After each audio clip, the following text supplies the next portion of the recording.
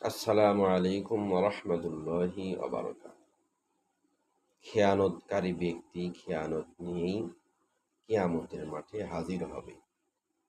এ সম্পর্কে আল্লাহ রাব্বুল আলামিন সূরাত আলে ইমরান ৩ নম্বর সূরা ১৬১ নম্বর আয়াতে ঘোষণা করেন। বিসমিল্লাহির রহমানির রহিম। ওয়া মা কানা লিনাবিয়্যিন আন ইয়াগুল ওয়া মান ইয়াগুল ইয়াতি বিমা গাল্লা ইয়াওমাল কিয়ামাহ সুম্মা তুওয়াফফা কুল্লু নাফসিন মা কাসাবাত ওয়া হুম লা ইউযলামুন। নবীর পক্ষে কোনো বস্তু খেয়ানত করা সম্ভব নয়।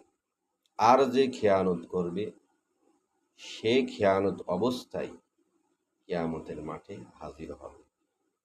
অতঃপর প্রত্যেক ব্যক্তি তার কৃতকর্মের পুরোপুরি প্রতিফল লাভ করবে।